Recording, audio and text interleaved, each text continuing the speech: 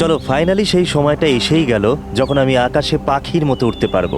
Yes, আর তোমার ওরা আমি আমার ক্যামেরায় ক্যাপচার করব। কিন্তু মিস্টার মুক্ত পাখি, খোলা আকাশে এত দূরে উড়ে চলে যেও না যে কোথাও হারিয়ে যাও। ডোন্ট ওয়ারি ম্যাডাম, এমনিতেও রনি স্যার যদি আকাশে হারিয়েও যান তাহলেও মাটিতেই ফেরত আসতে হবে। ওড়ার আগেই তুমি আমাকে নিচে আসার কথা বলছো। চলো, হয়ে গেছি তৈরি। All the best.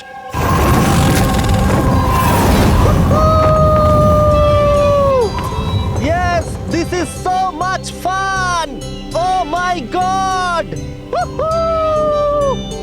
Yes, come on, keep going, keep going. Arya, I love you! Roni, I love you two.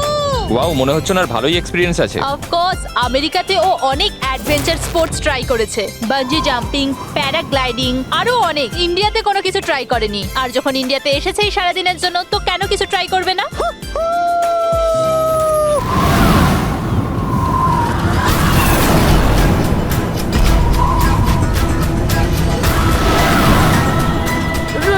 রনির কিছু হয়েছে, জন, রনির কিছু হয়েছে, দেখো।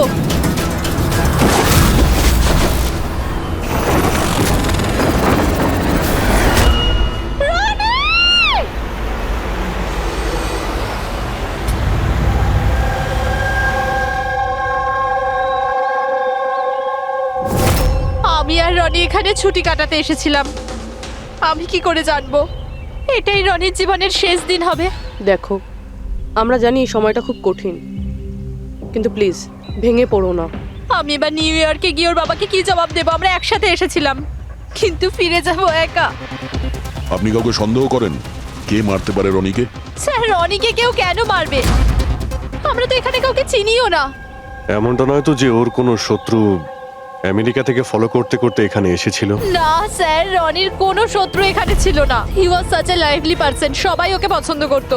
তাহলে তুমি বলতে চাইছো এখানে ইন্ডিয়াতে ওর কোনো আত্মীয় স্বজন, বন্ধু বা অন্যান্য কেউ নেই এখানে? এই দেশটা আমাদের জন্য অচেনা স্যার, সবকিছু এই প্যারাগ্লাইডিং এর লোকেরা করেছে। Please arrest them. আপনি আমাকে কেন দোষ দিচ্ছেন? এটা আমাদের রুজি রুটির ব্যাপার, আমি কেন মারতে যাব ওনাকে? তাহলে কে মেরেছে রনিকে? স্যার, এটা তো আমিও বুঝতে পারছি না। 3000 ফুট উচ্চতায় গুলি কি করে চললো? কেই বা চালালো? তাহলে রনি 3000 ফুট উঁচুতে উঠছিল? হ্যাঁ স্যার, আমি নিজে গিয়ার চেক করেছিলাম, আর কোনো প্রবলেম ছিল না তার মধ্যে। আর ওর আশেপাশে কাউকে উঠতে দেখেছো? আশেপাশে না স্যার, কেউই ছিল না। আকাশ একদম পরিষ্কার ছিল, চারপাশটাও পরিষ্কার ছিল, আর উনি ওনার রাইড এনজয় করছিলেন। কিন্তু হঠাৎ বুঝতে পারলাম না কি হলো, একদম দড়াম করে নিচে এসে পড়লেন। এই যে ক্ষতটা দেখছো, আমার মনে হচ্ছে অনেক দূর থেকে গুলি চালানো হয়েছিল, হয়তো কোনো রাইফেল দিয়ে। হ্যাঁ, রাইফেলই হবে, কারণ যে হাইটে এই উড়ানটা উড়ছিল ওখান থেকে তো কোনো শার্প শুটারই গুলি চালাতে পারে, কোনো রাইফেল দিয়ে।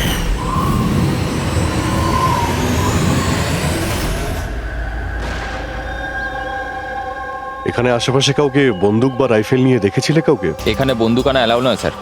আপনি আসল বন্দুকের কথা বলছেন স্যার? পুজোর ক্যাপ বন্দুক ফাটানোরও অনুমতি নেই। আপনারা কাউকে দেখেছেন এখানে? না ম্যাম, না তো। না না ম্যাম।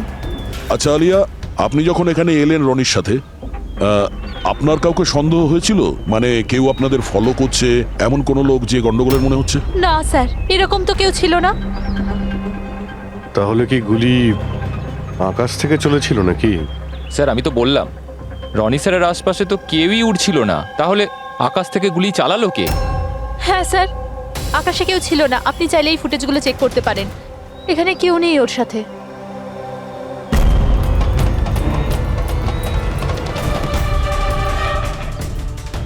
এই ফুটেজে তো রনির আশেপাশে তো দূরে দূরেও কাউকে দেখা যাচ্ছে না। স্যার, নিচে থেকে ওপরে তো কেউ গুলি চালায়নি। ইনি বলছেন যে যখন ও ওপরে উঠছিল কেউ ওর আশেপাশে ছিল না, ওপর থেকেও কেউ গুলি করতে পারবে না। আমার মাথায় এটা ঢুকছে না কে কোথা থেকে গুলি চালালো আর কিভাবে, বুঝতে পারছি না স্যার। অদ্ভুত ব্যাপার তো, ওর কোনো শত্রু নেই, তাহলে ওকে খুন করার জন্য এরকম প্ল্যানিং কে করতে পারে? কেসটা খুব জটিল মনে হচ্ছে। কোনো বাঁকা লোককে এখানে পাঠিয়ে দিই, বাঁকা প্রমাণ, হয়তো সে কিছু পেতে পারে।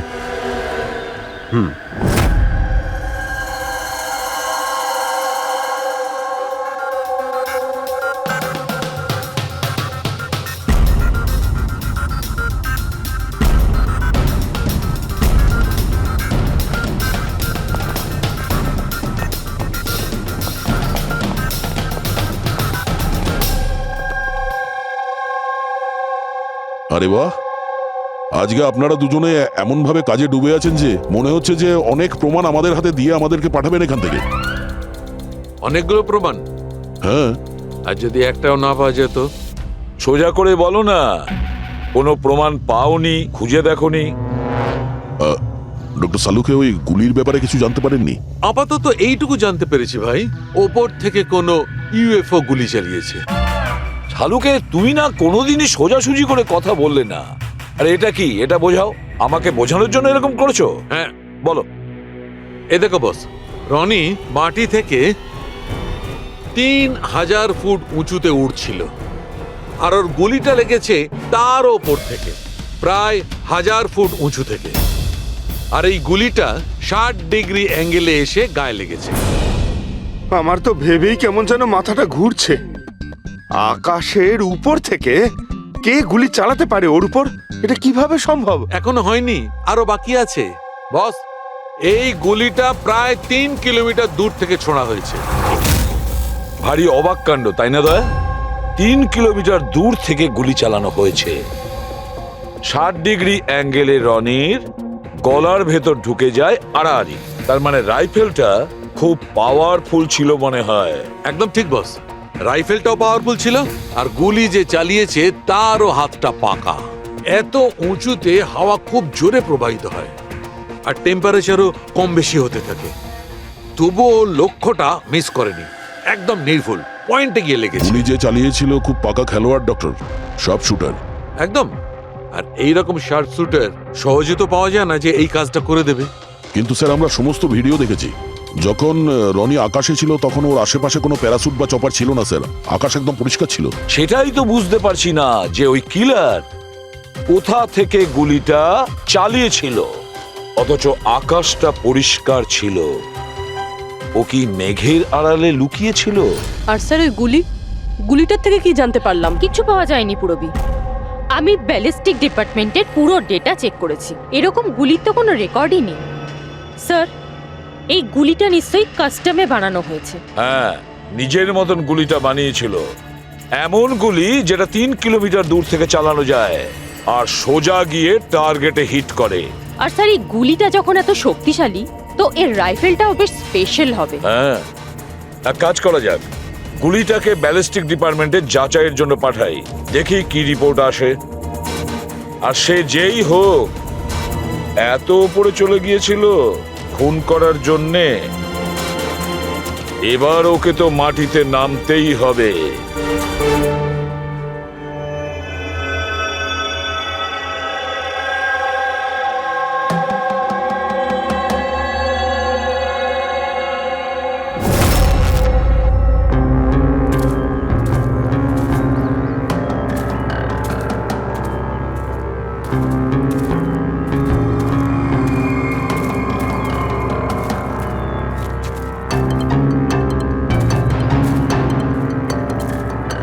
ব্রাদার, উই ক্যান ডু ইট।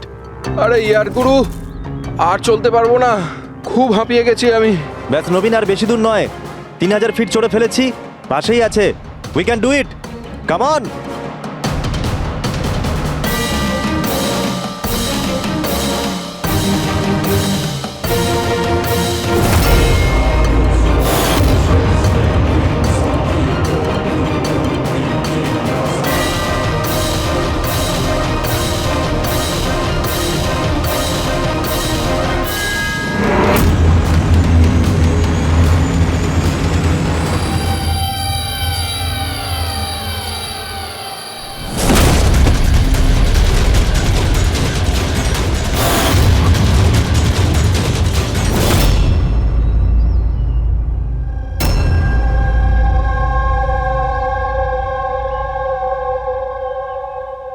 এমন মনে হচ্ছে যে রনির মার্ডারের ফটোকপি দেখছি।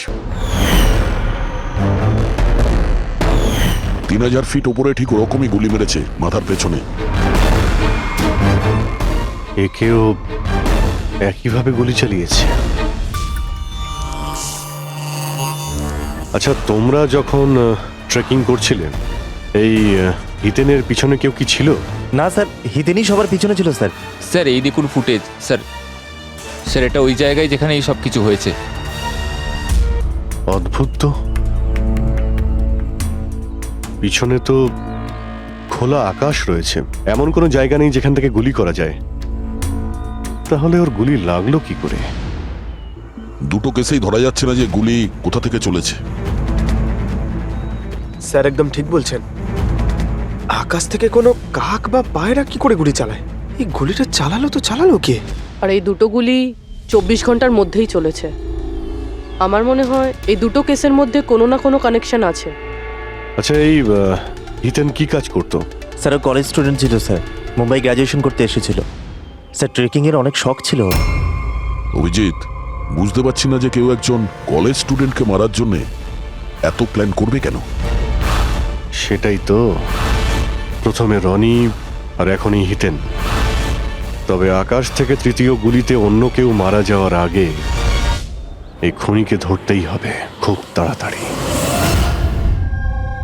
গত 24 ঘন্টায় দুটো খুন হয়েছে, দুটোই যুবক, আর দুজনকে মারার পদ্ধতিও অদ্ভুত। অদৃশ্য খুনি। স্যার দুজনেরই মৃত্যু হয়েছে অ্যাডভেঞ্চার স্পোর্টস করতে গিয়ে। মাটি থেকে 1000 ফুট ওপরে মেরেছে স্যার। কিন্তু স্যার ভাবার বিষয় এটাই যে খুনি এই অ্যাডভেঞ্চার স্পোর্টের সময়টাই কেন বাঁচলো এদেরকে মারার জন্য? ও তো ওদের যে কোনো সময় মারতে পারতো। এত লম্বা প্ল্যান দুটো বাচ্চাকে মারার জন্য?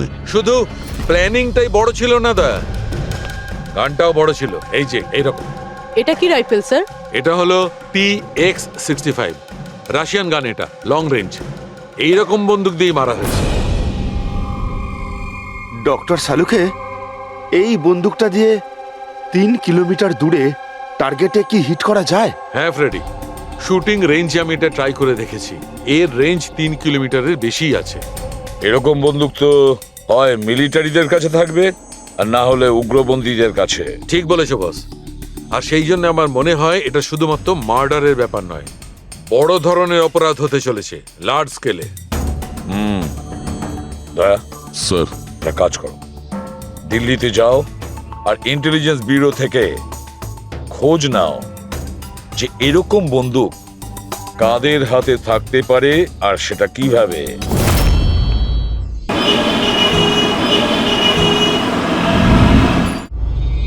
এই সমস্ত খুন এই রাইফেল দিয়েই হয়েছে। আর আপনারা তো জানেনই, এরকম হাই প্রোফাইল রাইফেল তো সবার কাছে থাকে না। আপনি একদম ঠিক বলছেন স্যার। আর যেটা আমাদের দেখা দরকার সেটা হলো এই রাইফেলটা যদি কেউ কিনতেও চায় তাহলে কিনতে পারবে না।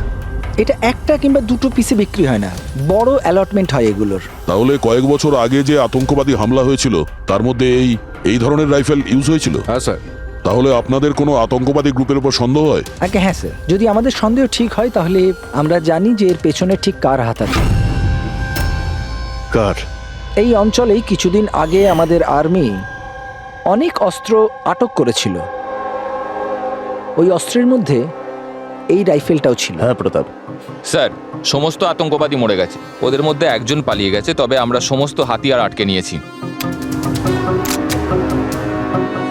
ওয়েল ডান প্রতাপ স্যার। আর যে টেররিস্টরা পালিয়ে গেছে তাদের সম্পর্কে সমস্ত পোস্টকে অ্যালার্ট করে দাও। তাহলে এই কাজ ওই আতঙ্কবাদীর হতে পারে যে পালিয়ে গিয়েছিল ওখান থেকে। হ্যাঁ স্যার। আর আমাদের ইনফরমেশন অনুযায়ী এই আতঙ্কবাদী গ্রুপ খুব বড় একটা কিছু করতে চলেছে। বোধহয় এটাই সেটা শুরু। এই দুটো অপরাধ সাধারণ কোনো খুন নয়, এটা নিশ্চয়ই কোনো বড় সড় ষড়যন্ত্র, কোনো দুষ্কৃতী আক্রমণ ঘটতে চলেছে। হ্যাঁ স্যার। আর এই খুনগুলোকে আটকানোর জন্য প্রথমে আমাদের আকাশ থেকে চলা গুলির রহস্য ভেদ করতে হবে স্যার। আর এই রহস্যের কিনারা করার জন্য সবার আগে আমাদের এটা জানতে হবে যে এই আতঙ্কবাদীরা রনি আর হিতেনের মতো সাধারণ লোকের হত্যা কেন করলো।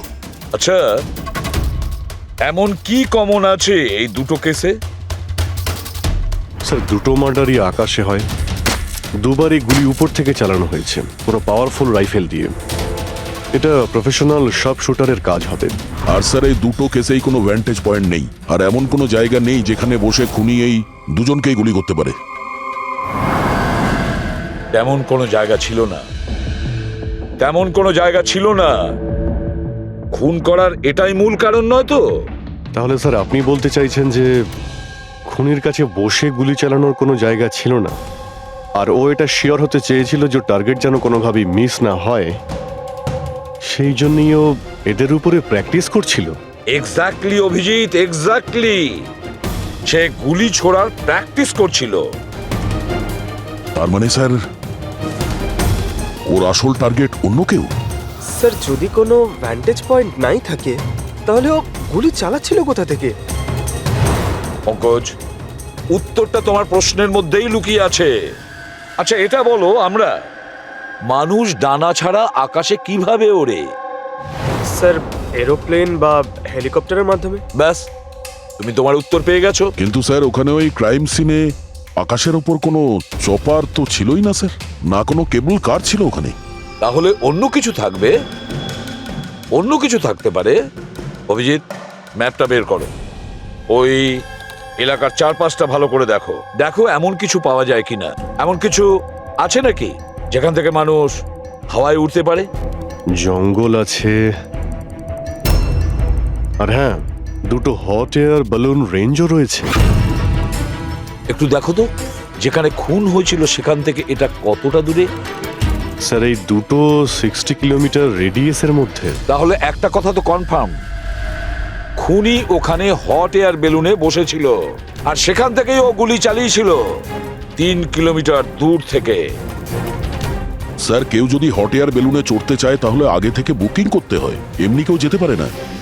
কোনো ব্যাপার না, তোমরা ওই হট এয়ার বেলুনের অফিসে গিয়ে খোঁজ নাও যে এমন কোন টুরিস্ট ছিল যে ওই দুটো দিনে ওই দুটো হট এয়ার বেলুনে ঘুরেছিল। এটা টোটাল 12 জনের লিস্ট আছে যারা সেদিন হট এয়ার বেলুনে বসেছিল। কিছু জন একা বসেছিল, কিছু জন গ্রুপ বানিয়ে বসেছিল। তোমার কি মনে আছে এদের মধ্যে কতজনের কাছে কোনো জিনিস বা ব্যাগ ছিল? বা কোনো সন্দেহজনক কাউকে দেখেছো? না, বদমাস তো কাউকে লাগছিল না, কিন্তু একজন বয়স্ক আন্টি ছিলেন, পিঠে একটা ব্যাকপ্যাক ছিল আর চোখে চশমা আর মাথায় টুপি পরেছিলেন। হ্যাঁ, আমরাও অবাক ছিলাম যে এই বয়সে এই সব ট্রাভেলিং এর ইচ্ছা। আর যখন ফটো তোলা হচ্ছিল উনি লজ্জা পাচ্ছিলেন আর নিজের মুখ লুকোচ্ছিলেন। রবি, এই বয়স্ক আন্টি শার্প শুটের শুনে একটু অদ্ভুত লাগছে না? হ্যাঁ স্যার, আমি এখানে পাইলট। 25শে ফেব্রুয়ারি স্যার সব মিলিয়ে আমি 6 জনকে এয়ার বেলুনে চাপিয়েছি স্যার, আর 2 জনকে দিনের স্যার। আচ্ছা, তাদের মধ্যে কেউ মানে গন্ডগোলের লোক মনে হয়েছিল, কিংবা যার কাছে কোনো জিনিসপত্র ছিল? স্যার এরকম তো কেউ ছিল না। হ্যাঁ, একজন বয়স্ক মানুষ ছিল, জানি না কারো বারবার চিৎকার করছিল। হয়তো ওর মুড খারাপ ছিল বা খিটখিটে ধরনের ছিল। ওনার হাতে কোনো কিছু ছিল? জিনিস তো ছিল না। হ্যাঁ, একটা লাঠি নিয়ে হাঁটছিল। লাঠি নিয়ে হাঁটছিল? হেই, তোমাদের সাহস কি করে হলো আমার ছবি নেওয়ার, আমাকে জিজ্ঞেস না করে? কিছু ভদ্রতা আছে না নেই? ওরাও ওগুলো ওরাও। আচ্ছা, ফটো তোলার জন্যে রেগে গেছিল? কি অদ্ভুত ব্যাপার, তাই না স্যার? লোক হট এয়ার বেলুনে তো প্রতিদিন বসে না, তাই না? তারা নিজেরাই ফটো তুলতে চায় যাতে এই স্মৃতিকে তারা সারা জীবন রাখতে পারে। আর কোনো বিশেষ কথা মনে আছে ওর ব্যাপারে? স্যার জানি না বলাটা ঠিক হবে কিনা। না না, বলো, যেটা মনে আছে খুলে বলো। ওনাকে হাঁটতে দেখে মনে হচ্ছিল না যে ওনার লাঠির প্রয়োজন আছে, কিন্তু তাও উনি লাঠি নিয়েই চলছিলেন। আচ্ছা,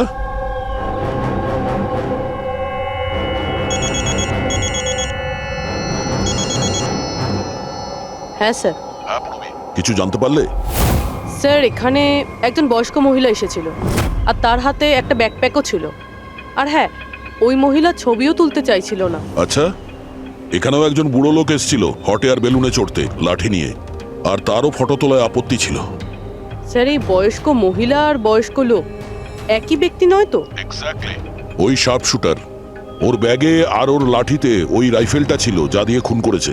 আর স্যার দুদিনই এ একাই ওপরে গিয়েছিল, কারণ যদি অন্য টুরিস্টের সাথে যেত তাহলে রাইফেল সেট করতে আর টার্গেট সেট করতে প্রবলেম হয়ে যেত। না পুরবি, আমার মনে হচ্ছে একলা যায়নি। মানে ওই হট এয়ার বেলুন চালানো আর সঙ্গে এই রাইফেলটা চালানো, দুটো কাজ একসঙ্গে করা মুশকিল। ওই হট এয়ার বেলুনের পাইলটও ছিল সঙ্গে।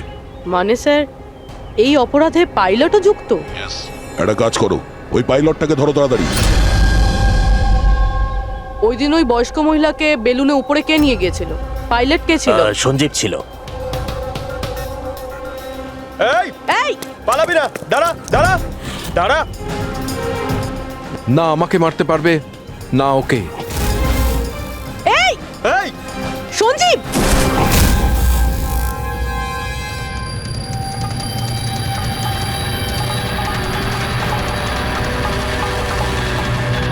আরে তো প্রাণ দেওয়ার জন্য একদম তৈরি ছিল। এটা কোনো ছোটখাটো মার্ডার নয় পঙ্কজ, অনেক বড় মিশন। যদি তাড়াতাড়ি আটকানো না যায় তাহলে বড় সড়ো বিপদ হবে। আচ্ছা গীতা, 24শে ফেব্রুয়ারি যে লোকটা গ্রুপে যেতে চাইছিল না, একলা যেতে চাইছিল, ওর পাইলট কে ছিল? কে নিয়ে গেছিল? সোলো ট্রাভেলারকে তো দিনেশ নিয়ে গিয়েছিল। অদ্ভুত ব্যাপার দিনেশ, এতক্ষণ ধরে চুপ করে আছো, কিছু বলছো না কেন? তোমরা আমাকে ধরতেই পারবে না। এই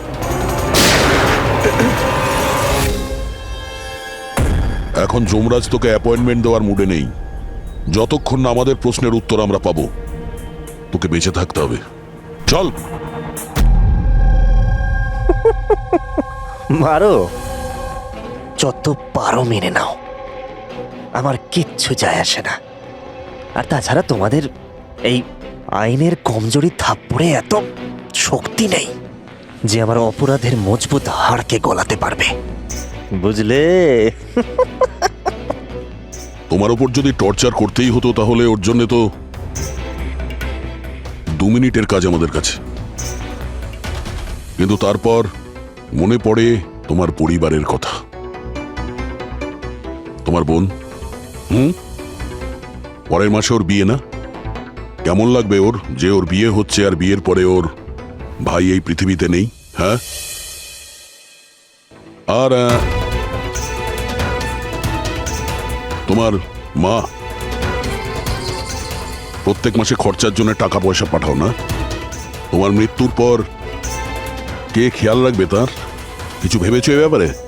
হ্যাঁ, না। চলো, এখনো সুযোগ আছে। রাজ সাক্ষী হয়ে যাও। কথা দিচ্ছি তুমি জেলে যাওয়ার পরে তোমার মায়ের খেয়াল আমরা রাখবো। সত্যি? মানে পুরো খেয়াল রাখবে? পুরো খেয়াল? হ্যাঁ, তোমার মায়ের পুরো খেয়াল রাখা হবে। তুমি শুধু এটা বলো কার জন্য কাজ করো, তোমার বসের নাম কি? বলে দেবো? সত্যি বলে দেবো? হ্যাঁ বলো। আমি যার জন্য কাজ করি না, যে আমার বস স্যার, তার নাম হলো এসিপি প্রদ্যুম্ন।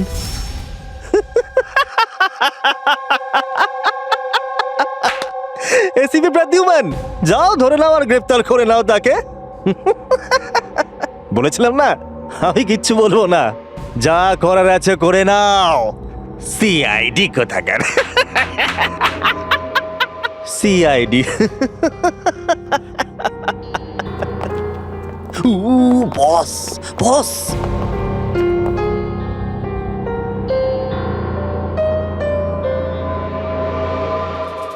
কোনো ব্যাপার না, কিচ্ছু বলতে হবে না। এখন না তোমাকে কিছু জিজ্ঞাসা করব, কিছু বলার জন্য তোমাকে আমরা জোর জবরদস্তিও করব না, কিচ্ছু করব না। শুধু একটাই কাজ করব, আমরা তোমাকে ঘুমোতে দেব না। শুতে দেবেন না? এমনিতেও আমি জেগে থাকলেও আমি আপনাদের কিছুই বলবো না। কোনো প্রয়োজন নেই, কিচ্ছু বলো না, কিন্তু আমরা শুতে দেব না তোমাকে। ওকে ভাই দয়া, আমি এটা শুনেছিলাম যে মানুষ কোনো কিছু না খেয়ে অনেক দিন সার্ভাইভ করতে পারে, কিন্তু না ঘুমিয়ে কত কষ্ট হবে এই বেচারার। তোর বাঁচাটা খুবই মুশকিল, আমি এসব দেখতে পারবো না।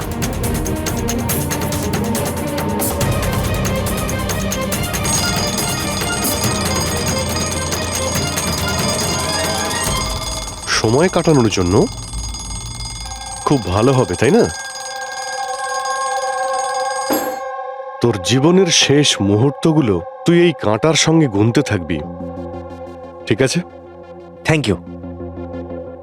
ওকে ঘুমোতে দিও না।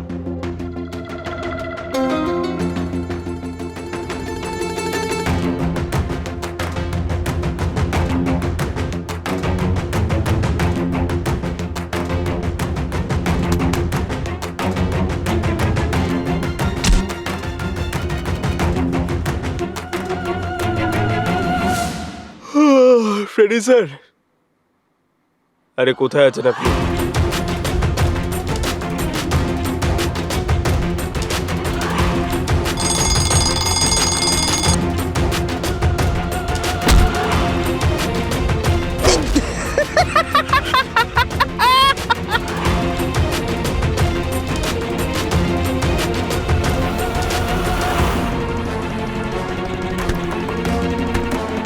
যতক্ষণ না মুখ খুলবি চোখের পাতা এক করবি না, বুঝলি? 5 মিনিটের জন্য নয়।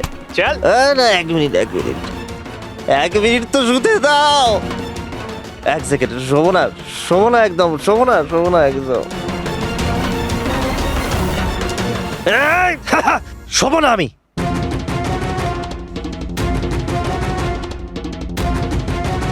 এবারও ভেঙে পড়বে।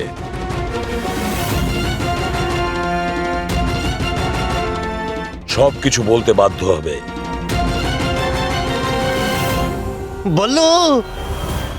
বললো তুই শুবি না, ওঠ।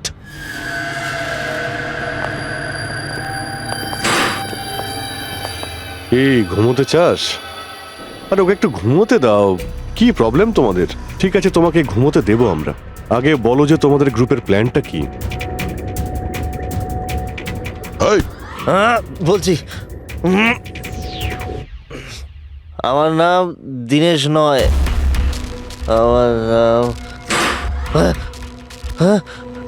আমার নাম Ballu.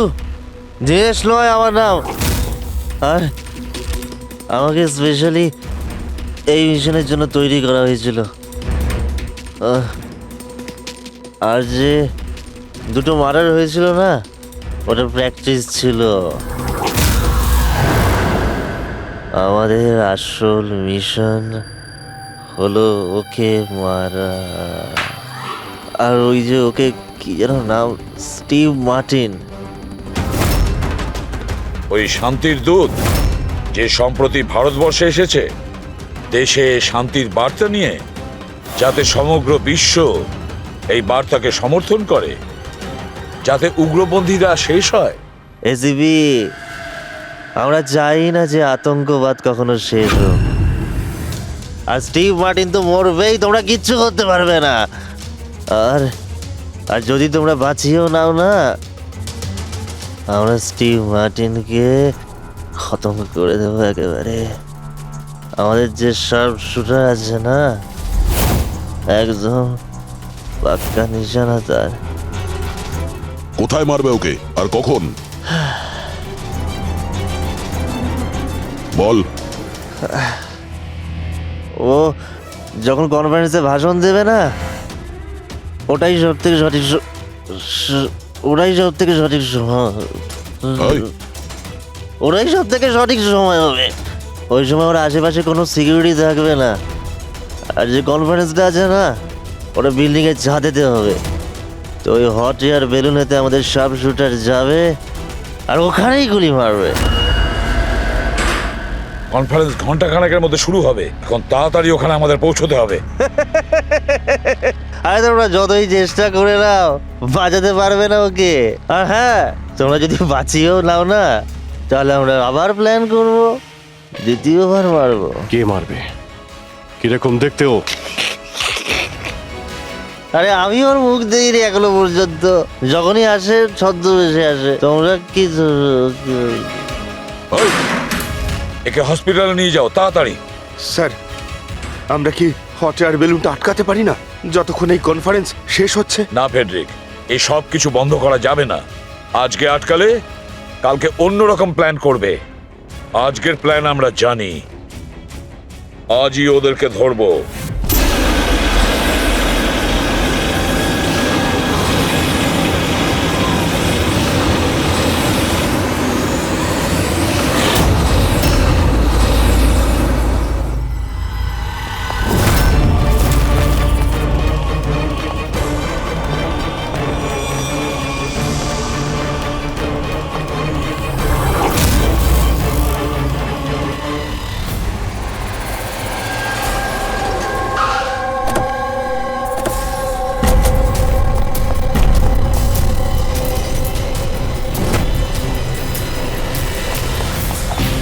CID. Mister Steve Martin কোথায়? ওপরে কনফারেন্স রুমে। ওর কাছে নিয়ে চলুন, আসুন। তাড়াতাড়ি। তাড়াতাড়ি।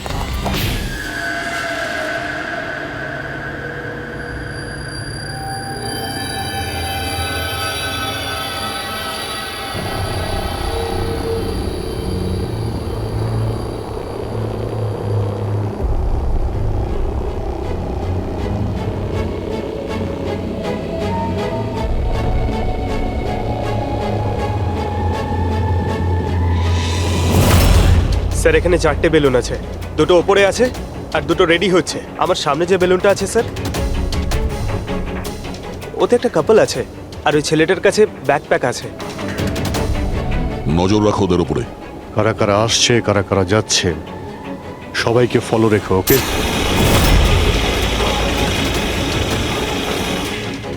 স্যার ওদের বেলুন টেক অফ করেছে। হ্যাঁ,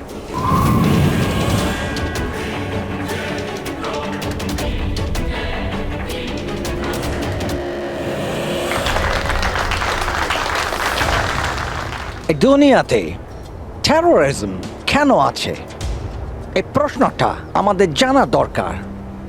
আর এই টেরোরিজম তখনই বন্ধ হবে যখন সব দেশ একসাথে ভাই ভাই হয়ে থাকবে। টেরোরিজমকে আমাদেরকে গোড়া থেকে উপরে ফেলতে হবে।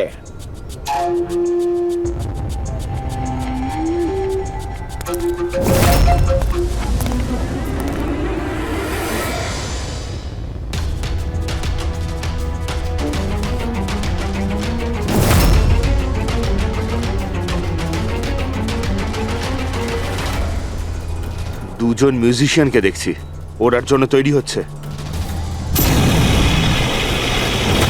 ওদের হাতে গিটারের ব্যাগ আছে। এবার এটা বলা খুবই মুশকিল যে ভেতরে গিটার আছে নাকি গান।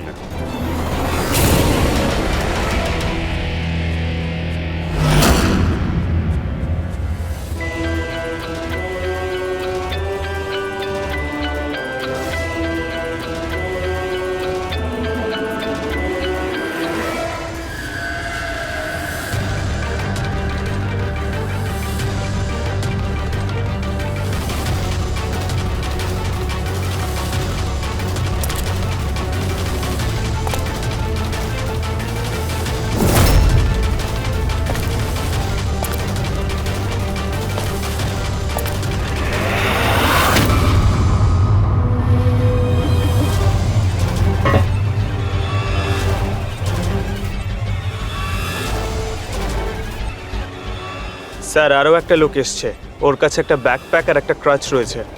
অপেক্ষা করা যাক।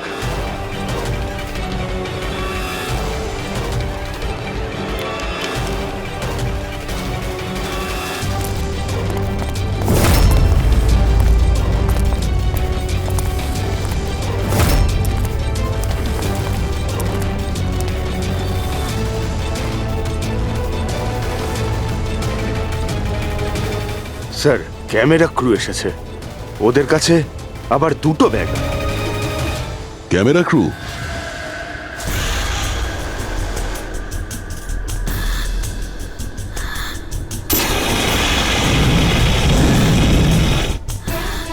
ওদের দিক থেকে নজর সরিও না, নজর রাখো ওদের উপরে।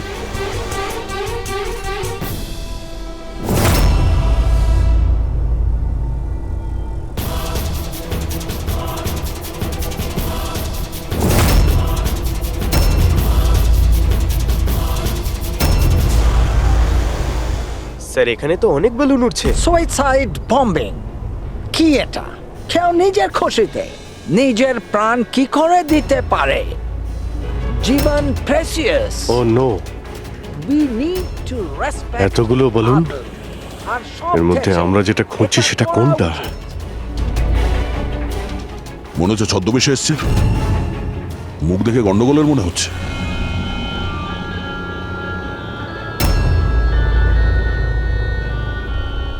দয়া, ওই দুটোর উপর নজর রাখো। আমরা যেন সব সময় একটা কথা মনে রাখি, ওয়ার্ল্ড ওয়ার 1 আর ওয়ার্ল্ড ওয়ার 2। এটা তো গিটার। হচ্ছে কি এখানে? উপরে গিয়ে এরা মিউজিক বাজাবে নাকি? বাকি সমস্ত বেলুন তো চলে গেছে, একটাই আছে। মানে স্যার খুনি এই বেলুনের মধ্যেই রয়েছে? Wait and watch. মানে স্যার, খুনি এই বেলুনের মধ্যেই রয়েছে? এরা তো নিজেদের জায়গা থেকে নড়ছে না। Camera crew. স্যার, এ কোথায় গায়েব হয়ে গেল?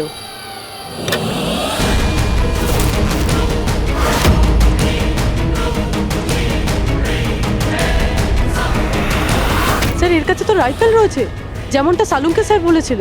অভিজিৎ,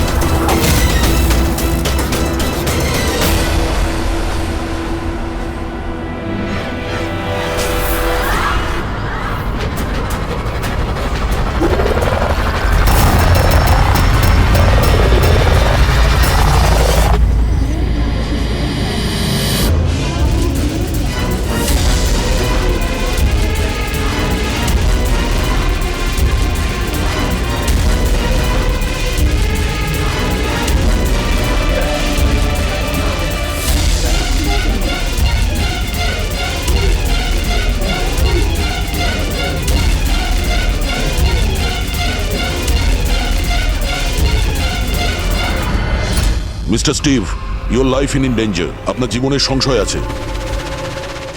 তাহলে কি করবে? We have a plan.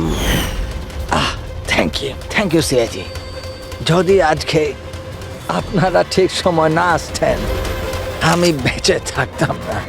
দেখুন, বিপদ কিন্তু এখনো কাটেনি, ঠিক আছে? এখনো খুনিকে ধরতে পারেনি, সেই জন্য be safe, be careful. Okay Freddy, Pankaj, ওই বেলুনে নজর রাখো, চোখের বাইরে যেন না যায়। হ্যাঁ স্যার, আমরা বেলুনটাকে ট্র্যাক করছি।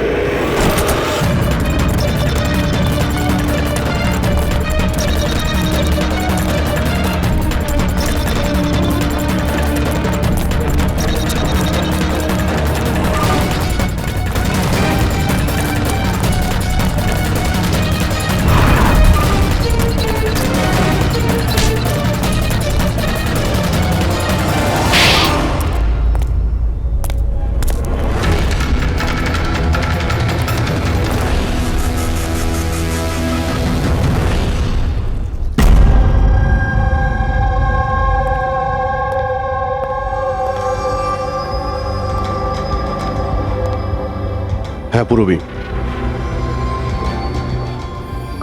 Good job, congrats. ওরা ধরা পড়েছে মিস্টার অভিজিৎ? হ্যাঁ, খুনি ধরা পড়ে গেছে। Yes, well done. সিআইডি অনেক বছর ধরে এই দেশের সেবা করে চলেছে, আর আজকে আরেকবার আপনারা একটা ভয়ঙ্কর টেররিস্টকে ধরেছেন। আজ আমরা একজনকে ধরেছি, এরপরে পুরো গ্রুপটাকে ধরে ফেলবো। Mister Steve, we are very proud of you. এই সমাজে আপনার মতো মানুষদেরই দরকার, যারা আপনার মতো সাহসী আর সৎ।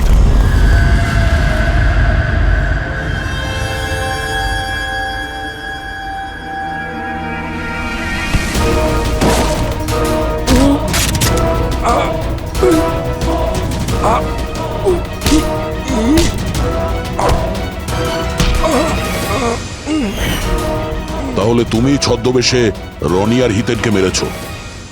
তোমার মতো একজন সব শুটার জেলের ভাত খেয়েও ফাঁসির অর্ডার আসার আগে পর্যন্ত। তোমার কি মনে হচ্ছে তোমরা আমাকে ধরে নিয়েছো তো স্টিভ প্রাণে বেঁচে যাবে? কখনো নয়। আমাদের ক্ষমতা এত বেশি যে তোমাদের আইন এটা খুঁজতে খুঁজতে হাঁপিয়ে যাবে, কিন্তু আমরা শেষ হব না। শেষ হবে তোমাদের এই দেশ।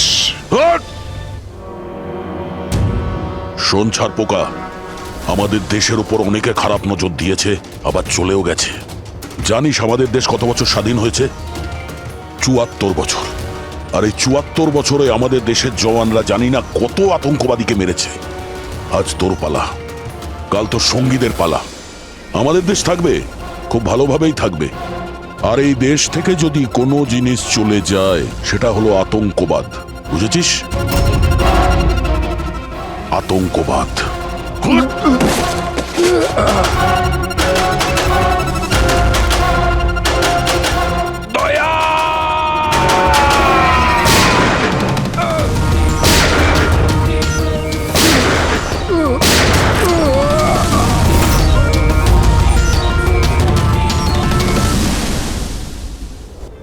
আতঙ্কবাদী পিঠেই গুলি মারবি। আমরা এখানে গুলি খাই, এখানে।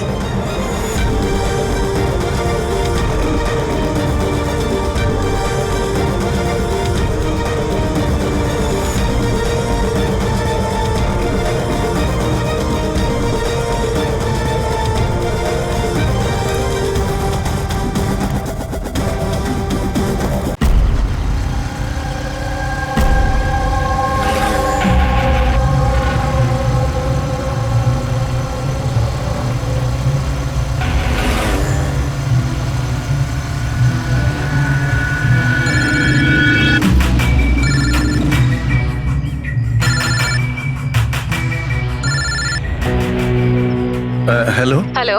হ্যাঁ এলিনা ম্যাম। আচ্ছা শোনো, হ্যাঁ তুমি কোথায়? আগে হ্যাঁ ম্যাম, আমি লোকেশনেই আছি। আচ্ছা, ভেতরে চলে এসো, ঠিক পেছনের আছে। দিকে। আমি ওখানেই আছি। হ্যাঁ ঠিক আছে, আমি পৌঁছে গেছি। ঠিক আছে।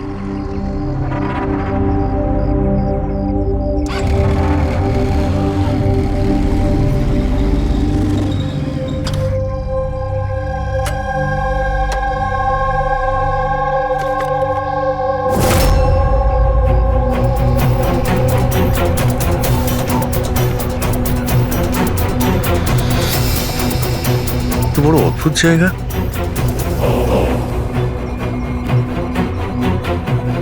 এলিনা ম্যাম, এলিনা ম্যাম,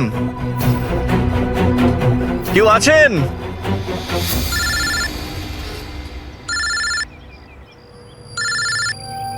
হ্যাঁ হ্যালো। তুমি কোথায়? ম্যাম আমি পৌঁছে গেছি, আমি নিচে দাঁড়িয়ে আছি বিল্ডিং এর। আচ্ছা, একটা কাজ করো, ওপরে চলে এসো। ম্যাম উপরে? হ্যাঁ ওপরে, তাড়াতাড়ি এসো। ওকে ঠিক আছে ম্যাম, আমি আসছি। ওকে।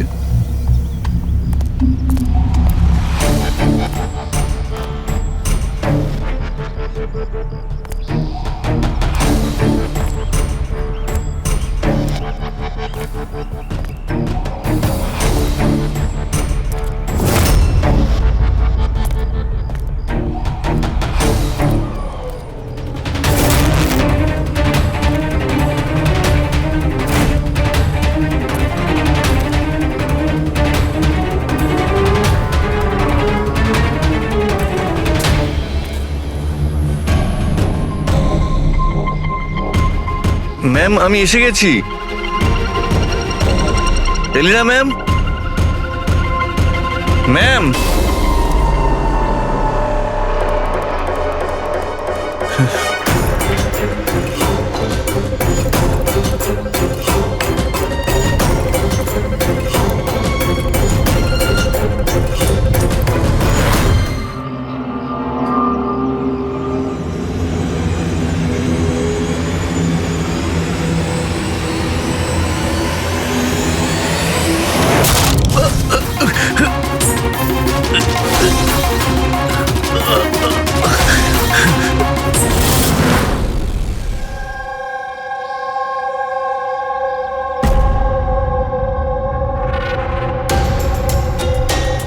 আর ইউ শিওর এটা সেই কেসটা? আই এম 100% শিওর স্যার, এটা ওই কেসটাই। তবে আমরা যা ইনফরমেশন পেয়েছি সেই অনুযায়ী মনে হচ্ছে যে এই মার্ডারটা চুরির জন্য হয়েছে। এই ছেলেটা ডেলিভারি জিনিস নিয়ে যাচ্ছিল হয়তো, আর কেউ ওকে আটকে লুট করার চেষ্টা করছিল, আর তাই হয়তো ও ওকে মেরে দিয়েছে। বিনীত, তোমার এরকম কেন মনে হচ্ছে যে এর পেছনে অন্য কেউ আছে? কারণ স্যার যা হয়েছে তার আগেই আমি তার সাথে ফোনে কথা বলেছি, আর আমিও শুনেছিলাম স্যার। আমি তোমার বয়ফ্রেন্ডের জন্য অনেক আগেই অর্ডার করে দিয়েছিলাম। আচ্ছা, তোমার ওই ওয়েবসাইটের কি হলো? 3 ইয়ার্স অনলাইন। আমি তো অর্ডার করেছি, বুঝতে পারছি না ডেলিভারির ছেলেটা কোথায়। দেখো, কল করো।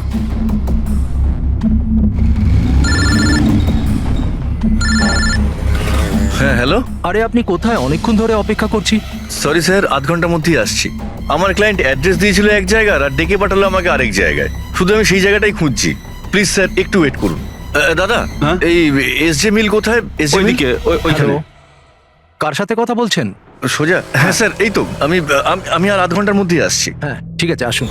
কিন্তু ও পৌঁছয়নি স্যার, আমরা বুঝতে পারলাম না যে কি হয়েছে। তারপরে আমি একটা নিউজ পেপারে আর্টিকেল দেখলাম আর ওকে বললাম, আর আমরা ভেবেছিলাম যে এটা ওই। স্যার একদম পরিষ্কার শুনেছিলাম, ও কাউকে এসজে মিলের অ্যাড্রেস জিজ্ঞেস করছিল। তাহলে তো এটাও হতে পারে যে যার জিনিস রাজ ডেলিভারি করতে যাচ্ছিল সেই লোকটাই হয়তো রাজকে ফোন করেছিল আর ওখানে ডেকে নিয়েছে এসজে মিল কম্পাউন্ডে। স্যার আমরা তো এটা র্যান্ডম রবারি কেস ভাবছিলাম, এটা তো মার্ডার কেস মনে হচ্ছে। যদি এটা প্ল্যান থাকে স্যার, তো এই প্ল্যানটাকে বুঝে নিয়ে আমরা অপরাধীর কাছে পৌঁছতে পারি। ঠিক আছে Vineet, Rajat, thank you very much. তোমরা দুজনে আমাদের খুব সাহায্য করেছো। যেতে পারো তোমরা। Thank you sir. Thank you so much sir. এই এসজে মিল কম্পাউন্ডের ব্যাপারে ভালো করে খোঁজ নাও, জিজ্ঞাসাবাদ করো, দেখো নিশ্চয়ই কিছু না কিছু তো পাওয়া যাবেই। আর সেই লোকটারও খোঁজ নাও যে রাজকে ফোন করে এসজে মিল কম্পাউন্ডে ডেকে নিয়েছিল।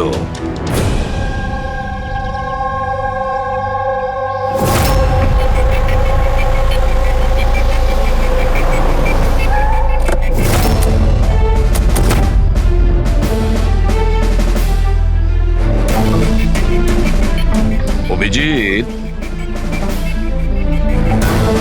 এ যেভাবে পড়েছে দেখে মনে হচ্ছে উপর থেকে পড়েনি তো। ছবিগুলো দেখাও তো। Yes sir. এই দেখুন স্যার, চিত হয়ে পড়েছে আর গলা কাটা হয়েছে।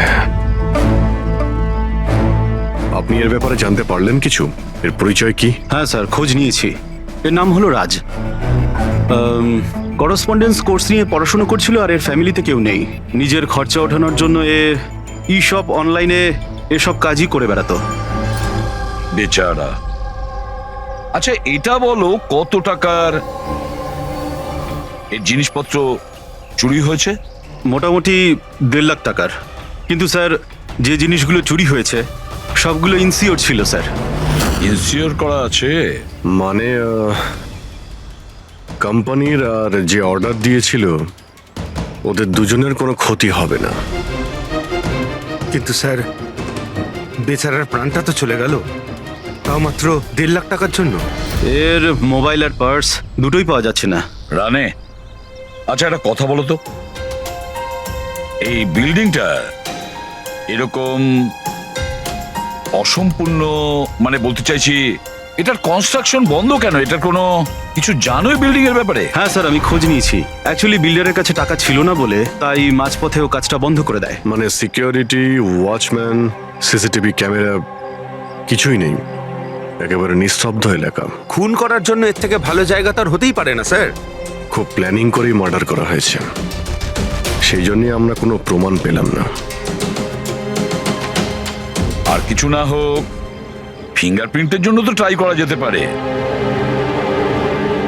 কিচ্ছু পাওয়া যায়নি বস, কোনো ফিঙ্গারপ্রিন্ট নেই, একদম ক্লিন। হ্যাঁ, আর ওই অস্ত্রটাও পাওয়া যায়নি যেটা দিয়ে বেচারা রাজের গলা কাটা হয়েছে। স্যার গলায় দাগ দেখে মনে হচ্ছে হয়তো ছুরির মতো কিছু হবে, কিন্তু নর্মাল ছুরির মতো নয়। ছুরি যেটাতে একটু কার্ভ ছিল, কিন্তু যাই ছিল সেটা খুব খুব ধার ছিল, এতটাই শার্প যে এক কোপে গলা কেটে গিয়েছিল। একটাই কোপে গলাটা কেটে গেছিল আর একটাই আঘাত করেও এর হাড় ভেঙে দিয়েছিল। এটা এমন হয়নি তো যে খুনি রাজকে কোনোভাবে বাঁচিয়ে রাখতেই চায়নি, প্রাণে মেরে দিতে চেয়েছে? ওর চুরি করার কোনো উদ্দেশ্যই ছিল না। স্যার, হ্যাঁ, রাজ যে কোম্পানিতে কাজ করতো তার মালিককে বিউরোতে ডেকে এনেছি। স্যার, এই রাজকে আমি পার্সোনালি চিনি না, কিন্তু এমপ্লয়ি রেকর্ড দেখে এটা বলতে পারি যে ও একজন এফিশিয়েন্ট ডেলিভারি বয় ছিল। সব বসেরা, সব কাস্টমাররা, অলমোস্ট সবাই ওর সম্পর্কে পারফেক্ট ফিডব্যাক দিয়েছিলেন। এত সিনসিয়ার ডেলিভারি বয়কে কেউ কেন খুন করতে যাবে? হ্যাঁ স্যার, আমিও তো সেটাই ভাবছি। I am shocked sir. Raj সেদিনকে যেখানে যেখানে ডেলিভারি করতে গেছিল আর যা যা জিনিস চুরি হয়েছে তার একটা লিস্ট চাই। রাজের ওই দিনই কোনো একটা কাস্টমারের কল এসেছিল, যেটা ডেলিভারি হওয়ার আগে লোকেশন চেঞ্জ করার কথা বলেছিল। যত কাস্টমার আছে ওদের সবার নাম চাই আমাদের। দেখছি।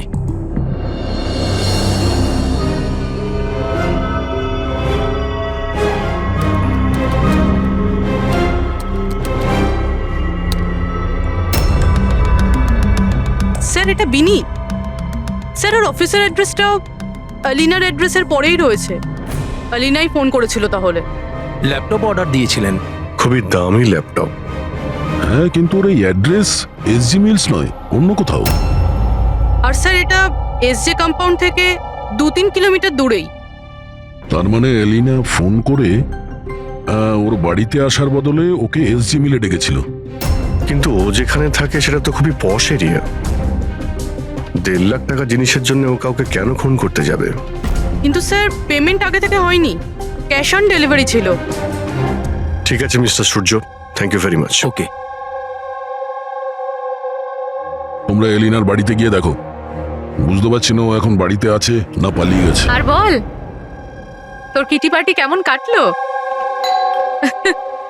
মনোজ, দেখো তো কে, খুব এনজয় করেছিস। আর Alina? Yes, how can I help you?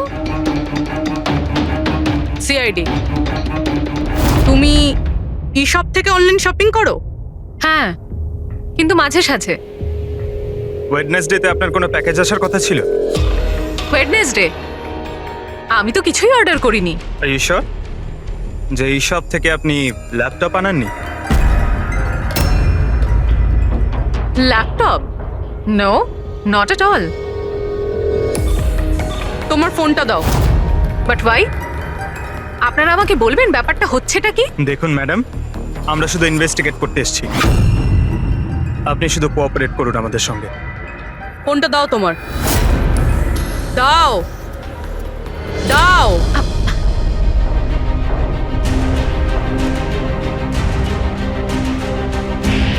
যদি তুমি কোনো ল্যাপটপ অর্ডার নাই করে থাকো, তাহলে বুধবার দিন 12:55 নাগাদ তুমি ডেলিভারি বয়কে ফোন কেন করেছিলে? আমি কোনো ডেলিভারি বয়কে মোটেও ফোন করিনি। আপনার নামে একটা ল্যাপটপ অর্ডার করা হয়েছিল, যেটা এখানে ডেলিভার হওয়ার কথা ছিল, আর আপনার মোবাইল নাম্বার থেকে ডেলিভারি বয়কে কল গিয়েছিল, আর আপনি কিচ্ছু জানেন না। লিসেন, আমি সত্যি কিচ্ছু জানি না যে আপনারা কি বলছেন আর কার ব্যাপারেই বা বলছেন। আচ্ছা চলো, মেনে নিলাম তুমি কিছু অর্ডার করোনি, তাহলে তোমার কোনো কনফার্মেশন মেসেজও আসবে না। এখনই জেনে যাবো সেটা।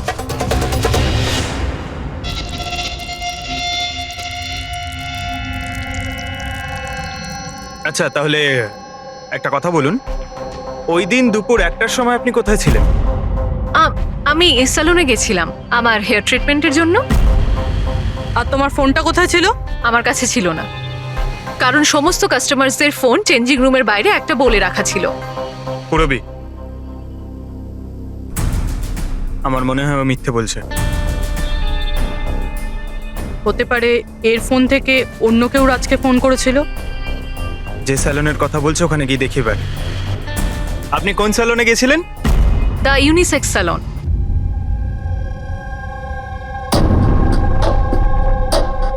স্যার, এই এলিনা হয়তো এখানেই কোথাও বসেছিল ওর হেয়ার ট্রিটমেন্ট করার জন্য।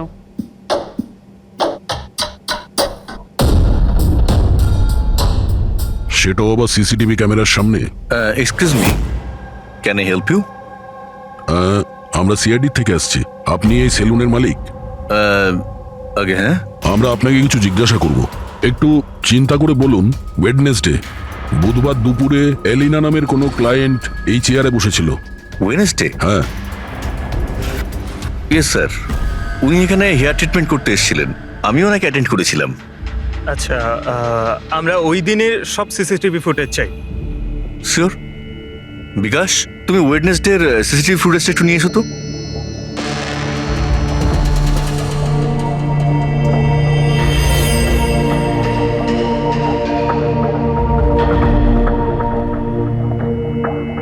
স্যার,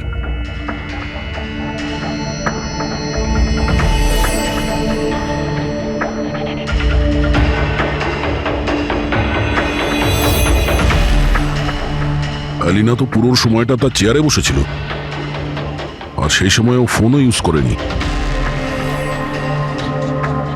আচ্ছা, আপনার সেলুনে যে সমস্ত ক্লায়েন্টরা আসে তারা কি তাদের ফোনটাকে বাউলের উপর রাখে? ইয়েস স্যার, বাউলে তো সব ফোনই রাখা হয় যতক্ষণ না ওনাদের ট্রিটমেন্ট চলতে থাকে, চেঞ্জিং রুমের পাশে। আর এই ফোন বাউল বা এই চেঞ্জিং রুমের কাছে কে কে যেতে পারে? ক্লায়েন্ট ছাড়া আমি, আমাদের স্টাফদের মধ্যে ক্লিনিং লেডি ওই যেতে পারে। আচ্ছা, আপনাদের ক্লায়েন্টের ইনফরমেশন মানে নাম, ফোন নাম্বার, অ্যাড্রেস এগুলো কোথায় লিখে রাখেন? ওই রেজিস্টারটায়। এমনিও রেজিস্টারটা ওপেনই থাকে, যে কেউ দেখতে পারে। যে কেউ দেখতে পারে?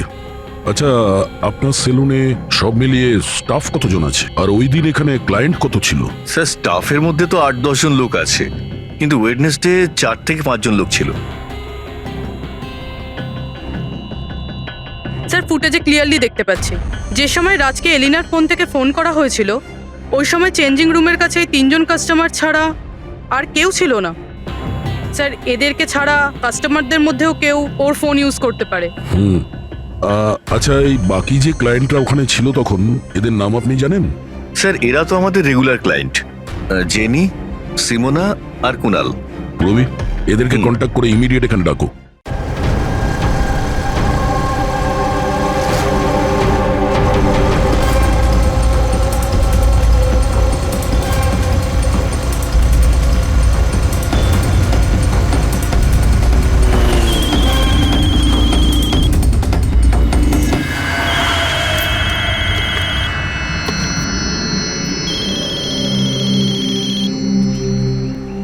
হ্যালো। হ্যাঁ, আমি অমর বলছি।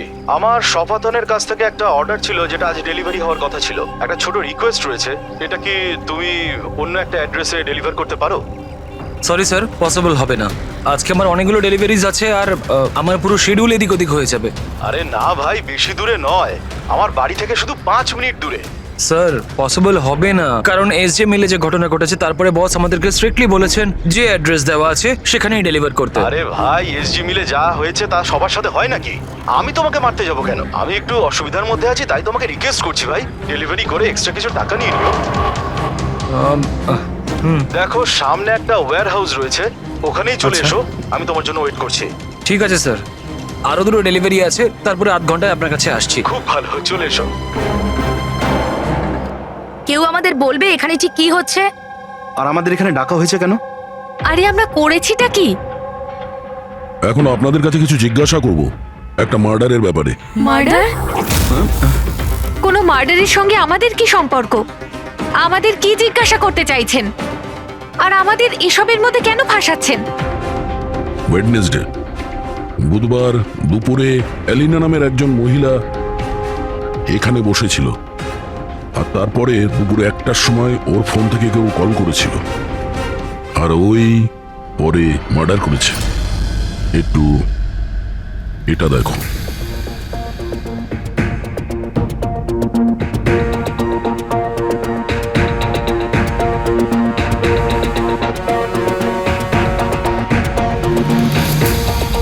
এলিনা ছাড়া তোমরা 3 জনই ছিলে যারা ফোনের কাছে যেতে পারতে। এবার সত্যি কথা বলে দাও, এলিনার ফোন থেকে ফোনটা কে করেছিল? কি? কিসের কল? কার কল? আমি কারুর ফোনে কেন হাত দিতে যাব? কেউ কেন হাত দেবে? স্যার, এরা এমনিতেও শিক্ষিত আর পয়সালা ফ্যামিলিতেই বিলংস করে। যখনই আসে 1 ঘন্টায় 10,000 টাকা করে বিল করে। সত্যি কথা বলতে গিয়ে আমার তো মনে হয় না এরা কিছু সামান্য টাকার জন্য কাউকে খুন করবে। হতে পারে খুন টাকার জন্য করা হয়নি।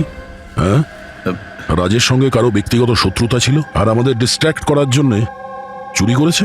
স্যার আমি অনলাইন শপিং করি, আর এরাও নিশ্চয়ই অনলাইন শপিং করে। আমরা অন্য কারোর কার্ড থেকে অর্ডার কেন করব স্যার?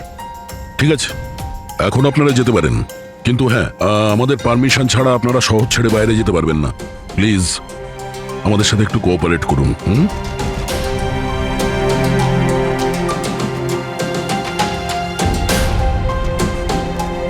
স্যার, এই তিনজনকে দেখে মনে হচ্ছে না এরা খুন করেছে বলে। যাই হোক, এদের তিনজনের উপর নজর তো রাখতে হবে।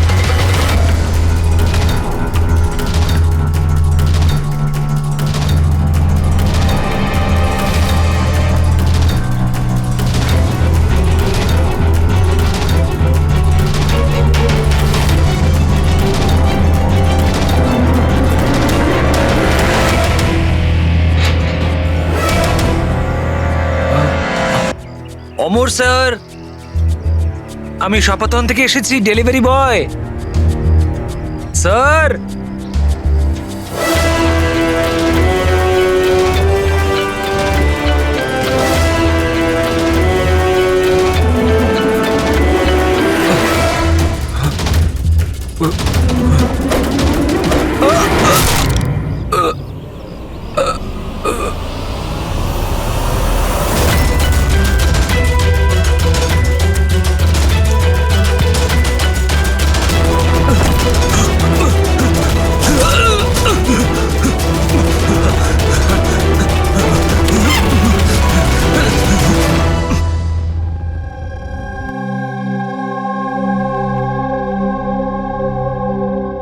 দেখো যতীন, ভয় পেও না, ঠান্ডা মাথায় ভেবে বলো এক্স্যাক্টলি কি হয়েছিল। স্যার সবকিছু বলে তো দিয়েছি পুলিশকে। একবার আবার বলো, আমরা শুনতে চাইছি। হতে পারে তোমার আরো কিছু মনে পড়তে পারে। আমি ডেলিভারি করতে যাচ্ছিলাম যখন ওই ফোনটা আমার কাছে আসে। উনি আমাকে বললেন যে ডেলিভারিটা বাড়িতে নয়, ওর সামনে এগিয়ে গিয়ে একটা ওয়্যার হাউস আছে, ওখানে করতে হবে। আমি বারণ করেছিলাম কিন্তু উনি শোনেননি। ওখানে গিয়ে দেখি খুব ভয়ঙ্কর একটা জায়গা। মনে হচ্ছিল কিছু একটা গন্ডগোল আছে এখানে। স্যার আমার সাহস হয়নি ভিতরে যাওয়ার, আর আমি দরজা থেকেই ফেরত চলে আসছিলাম, আর ঠিক তখনই কি ও আমার দিকে ছুরিটা ছুড়লো আর আমি ওখান থেকে পালালাম। তুমি কি দেখেছিলে সেই লোকটাকে? না স্যার, আমি নিজের প্রাণটা বাঁচিয়ে ওখান থেকে চলে আসতে পেরেছি, আর আমি পেছন ফিরে দেখিনি স্যার। আওয়াজ তো শুনেছো নিশ্চয়ই ফোনে? যদি আরেকবার শোনো তাহলে চিনতে পারবে তো? হ্যাঁ স্যার, চিনতে পারবো। এই অমরকে ডাকো। আমি কাউকে ফোন করিনি, আর আমি কোনো অর্ডারও করিনি। তাহলে ডেলিভারি বয়কে আমি কেন ফোন করতে যাব? ওই সময় তুমি কোথায় ছিলে? ওই সময় আমি জিমে ছিলাম, আর ওয়ার্কআউট করার সময় আমি কারুর ফোন ধরি না, আর আমাদের সবার ফোন ওই বাইরে ড্রয়ারে থাকে।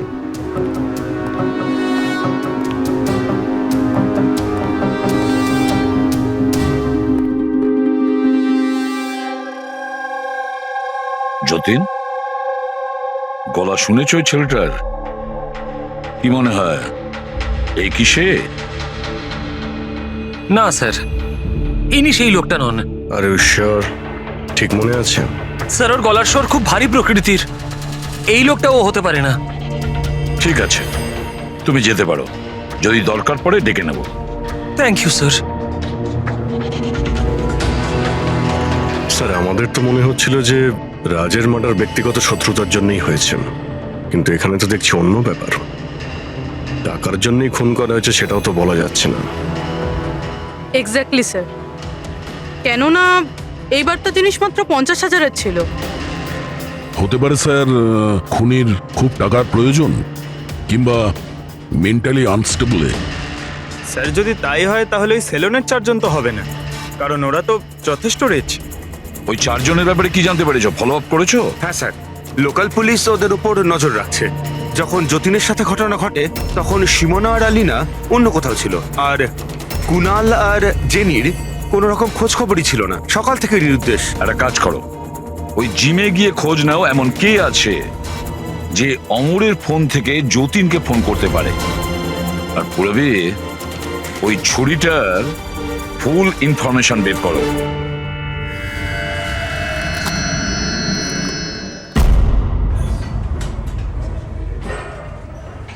এক্সকিউজ মি, এই জিমের ম্যানেজার কে?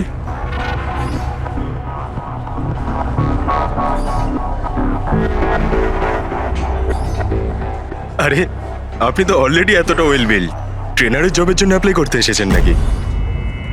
আপনি থাকতে আমাদের কি প্রয়োজন? সিআইডি, আমরা আপনার থেকে কিছু প্রশ্নের উত্তর চাই। মিস্টার হেমন্ত। হেমন্ত হেমন্ত কয়েকদিন ধরে ডি ইউনিসেক্স বা সেলুনে আর এই জিমে এমন কিছু ঘটনা ঘটেছে যেটা কমন, মানে কেউ কারো ফোন থেকে অন্য কাউকে ফোন করেছে আর ঠিক তারপরে ওর মার্ডারও হয়ে গেছে। তুমি ডি ইউনিসেক্স অ্যান্ড স্পায়ার নাম শুনেছো? না তো। এই অমর এখানে আসে ওয়ার্কআউট করতে? হ্যাঁ আসে তো। আচ্ছা, কাল বিকেলে 4:30-র সময় অমর কি জিমেই ছিল? স্যার এটা তো আমাকে ওর ট্রেনারের কাছে জিজ্ঞেস করতে হবে। আমি 1 মিনিট ওকে ডাকছি। জয়ন্ত,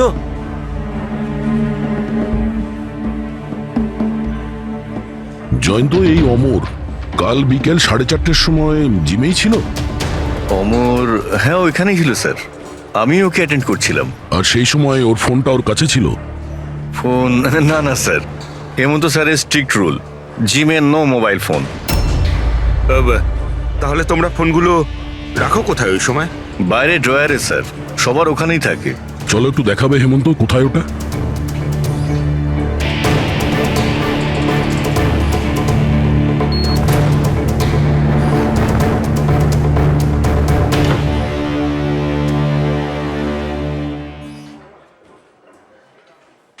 সমস্ত ফোন একসাথে এক জায়গায়, সেম প্যাটার্ন। কে কে যাওয়া আসা করে এই ড্রয়ারের কাছে? স্যার শুধু আমি আর আমার স্টাফেরা, আর কেউ নয়। স্যার মনে হচ্ছে এই জিমটাতে আর ওই স্যালুনটাতে একটা কমন লিংক আছে। হেমন্ত, তোমার সমস্ত ক্লায়েন্ট আর স্টাফ সবার ডিটেলস চাই আমার, তাড়াতাড়ি। Okay sir.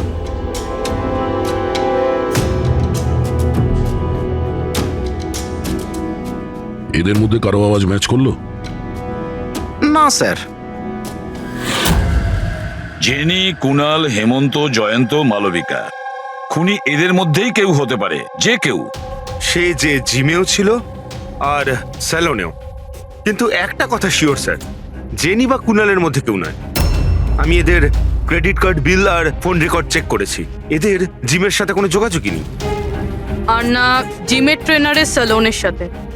কেউ তো হবে না এদের মধ্যে। যে এত কম টাকার জন্য খুন করতে পারে সে খুব তাড়াতাড়ি এগুলোকে বিক্রি করারও চেষ্টা করবে, যাতে ওর বিরুদ্ধে কোনো প্রমাণ না থাকে। যোগেশ, তোমার কি মনে হয়? স্যার এই ল্যাপটপ, ব্রেসলেট, স্টেশনারি জিনিস এসব তো রোজকার জিনিস, এগুলো খোঁজা খুব কঠিন। আর এই লাফিং বুদ্ধ? লাফিং বুদ্ধ অ্যান্টিক পিস, এটা খোঁজবার চেষ্টা করতে পারি। চেষ্টা করলে হবে না, খোঁজ নিতে হবে, বুঝেছো? অনেক পুরনো মনে হচ্ছে এই লাফিং বুদ্ধ। কোনো না কোনো জায়গা নিশ্চয়ই আছে যেখানে এই ধরনের স্পেশাল অ্যান্টিক পিসেস কেনা আর বিক্রি করা হয়। একটা জায়গার কথা মনে পড়েছে, আমাকে একটু সময় দিন, আমি একটু পরেই বলে দিচ্ছি। স্যার হ্যাঁ ঠিক আছে, এখন যাও কাজে লেগে পড়ো। হ্যাঁ পঙ্কজ, কি পেলি তুই সোশ্যাল মিডিয়ায়? স্যার এরা খুবই বোকা, পার্সোনাল লাইফে সবকিছু লুকিয়ে রাখে আর সোশ্যাল মিডিয়ায় সব কিছু বলে দেয়। এই দেখুন হেমন্তর পুরো biodata. Freelance masseur at the unisex salon. Sir ওখানে তো এমন নাটক করছিল যেন ও কিছুই বুঝতে পারছে না। ধরে নিয়ে এসো ওই হেমন্তকে।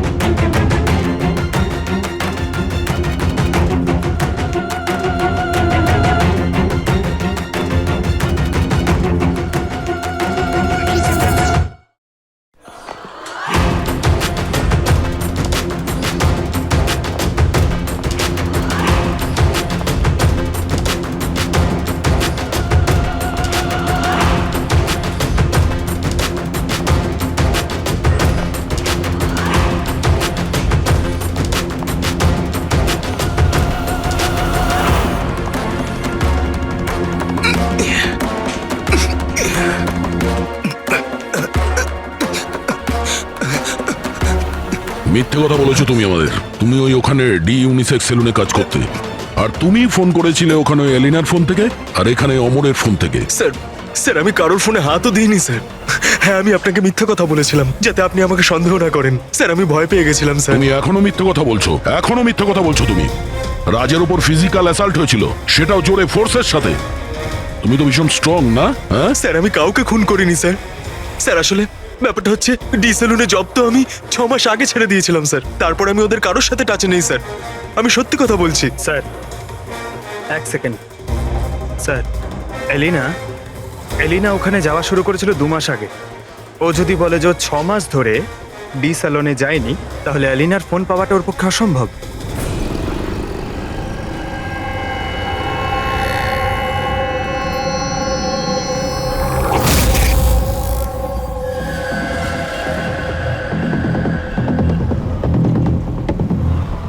হ্যালো, হ্যাঁ স্যার, ওই দোকানটার বাইরে আমি দাঁড়িয়ে আছি, যেখানে ওই লাফিং বুদ্ধাটা আছে। একটা লম্বা চওড়া বডি বিল্ডার টাইপের ছেলে ছিল, ওই লুজ জামা কাপড় পরেছিল, দাড়ি ফাড়ি রেখেছে, হ্যাঁ, আর চশমাও পরেছিল। গুড জব যোগেশ, ঠিক আছে। স্যার, এই যতীন ক্লিন শেভ এ হতে পারে না। এই হেমন্তর দাঁড়িয়ে আছে আর ও বডি বিল্ডারও। এই মালবিকা এই বডি বিল্ডারও না, এর দাঁড়িয়েও নেই। আমার মনে হচ্ছে এই হেমন্তই স্যার। এই হেমন্তর উপর নজর রাখো। আর বাস একটা জিনিসই বাকি আছে যেটার থেকে আমরা কিছু জানতে পারি, ওই ছুরি। স্যার আমরা তো এইভাবে অপেক্ষা করতে পারি না। বুঝতে পারছি না যে ওখানে খুনি কিভাবে প্ল্যান করছে। এই যোগেশ আমাদের জন্য যে ছবিটা এঁকেছিল সেটাও কোনো কাজে লাগলো না। এখন ওই খুনিকে ধরতে গেলে আমাদেরও ওর মতো করেই ভাবতে হবে। স্যার একটা কাজ করা যাক, জিম আর সেলুনে যতগুলো কাস্টমার আছে তাদের সবার লিস্ট বানিয়ে ফেলি। কেন স্যার? দেখো, খুনি ওর প্ল্যান সাকসেস করার জন্যই 2 জায়গার কাস্টমারদের টার্গেট করছে। যদি ওর মতো করে ভাবা যায় তাহলে আবার ওই কাস্টমারদের নামেই কিছু অর্ডার করবে। আর যদি আমরা এই নামের লিস্টগুলো অনলাইন শপিং এর যতগুলো ওয়েবসাইট আছে তাদের সবাইকে দিয়ে দিই, তাহলে যখনই কারোর নামে অর্ডার আসবে আমরা জানতে পারবো। কিন্তু স্যার, যদি খুনি আবার কোনো চুরি করার প্ল্যান নাই করে থাকে তাহলে? করবে, ও আবারও প্ল্যান করবে। 1,50,000-এর জন্য যে একজন সাধারণ মানুষকে যে খুনও করতে পারে, সে লোভে পড়েছে এই সব জিনিসপত্রে, তাই সে দ্বিতীয়বার ভুল করবেই করবে। আর এবার আমরা তৈরি থাকবো ওর জন্য।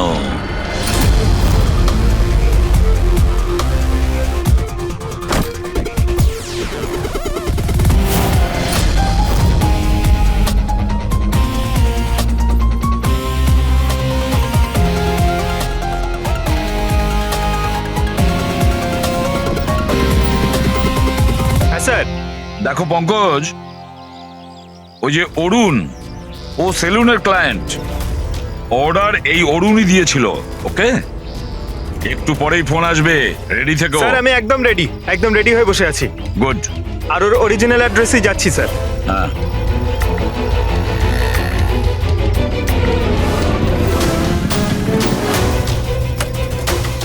হ্যালো স্যার, আমি ওর বাড়ির বাইরে দাঁড়িয়ে রয়েছি। কি করব? কি করবে মানেটা কি? বাড়ির ভেতর ঢুকে যাও, ডেলিভারি করো। Okay sir. 1 মিনিট হোল্ড করুন তো। মিস্টার অরুণ, আপনার জন্য প্যাকেজ আছে। কি আছে এতে? সেটা তো আপনিই জানেন স্যার, আপনি অর্ডার দিয়েছিলেন। না না, আমি তো অর্ডার করিনি। আপনি অর্ডার দেননি? না। এটা আর ইউ শিওর? হ্যাঁ আমি শিওর। ঠিক আছে স্যার, আমি এটা রিটার্ন নিয়ে যাচ্ছি। ওকে। পঙ্কজ, এই অরুণ তোমাকে অর্ডার দেয়নি তো? কোনো ব্যাপার না, তুমি চলে এসো। হ্যাঁ, আমরা বোধহয় কোনো ভুল করছি। বললাম তো পুরবি, এর ওপরে কোনো আঙ্গুলের ছাপ পাওয়া যায়নি। তুমি ডবল চেক করেছো? আরে আমি ট্রিপল চেক করেছি, এই নাইফে একটাও ফিঙ্গারপ্রিন্ট নেই। কিন্তু একটা কথা ঠিক পুরবি, একটা কথা ঠিক যে রাজের খুন এই ছুরি দিয়ে হয়েছে, কারণ এই ছুরির ওপর আমরা রাজের রক্তের ট্রেসেস পেয়েছি। রাইট? রাইট।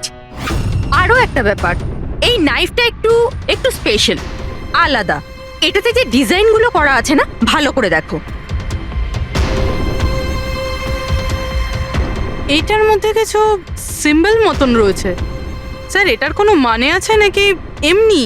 আই হোপ পুরবি এর কিছু একটা মানে আছে, যাতে আমরাও বুঝতে পারি সিম্বলটার মানে কি।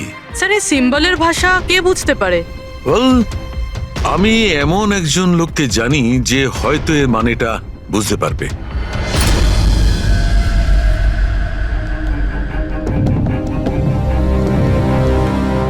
এই যে ছুরিটা দেখছেন, এটা কম করে 200 বছরের পুরনো ঐতিহাসিক নিদর্শন।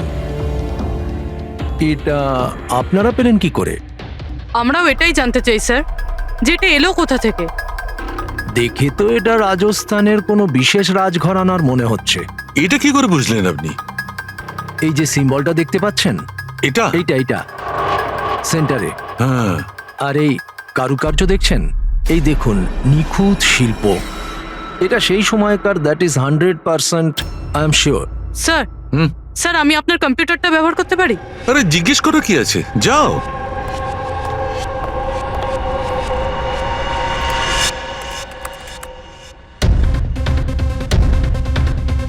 স্যার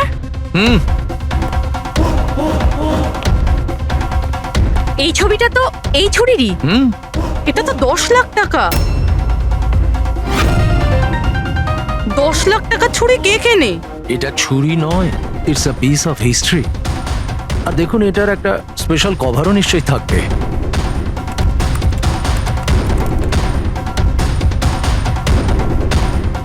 ষাট লাখ? এর কভার 60 লাখ টাকা? 60 লাখ কভারের দাম? হ্যাঁ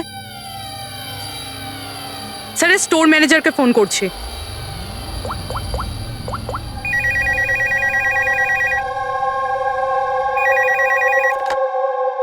হ্যালো হ্যালো, আমি পূর্বী বলছি, সিআইডি থেকে।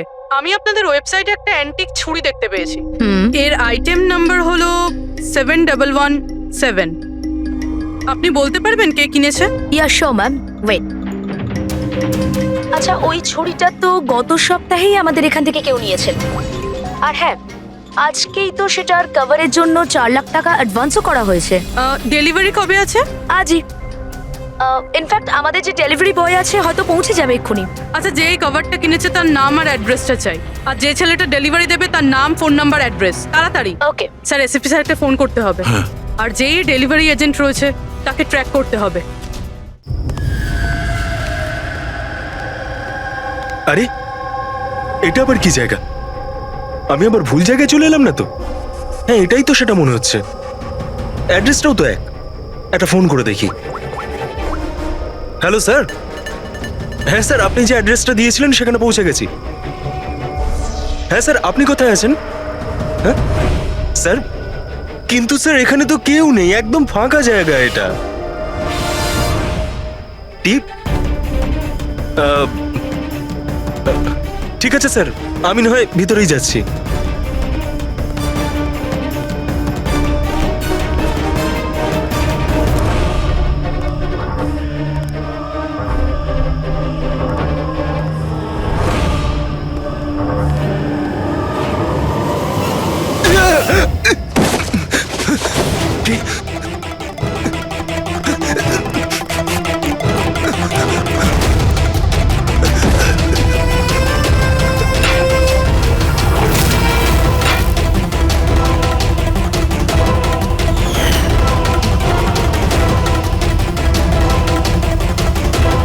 মেরো না আমায়, ছেড়ে দাও। কে তুমি? ছেড়ে দাও আমায়।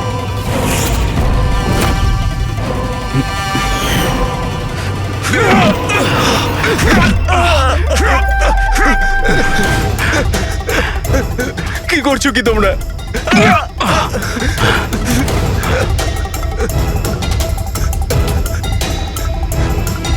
মেরো না।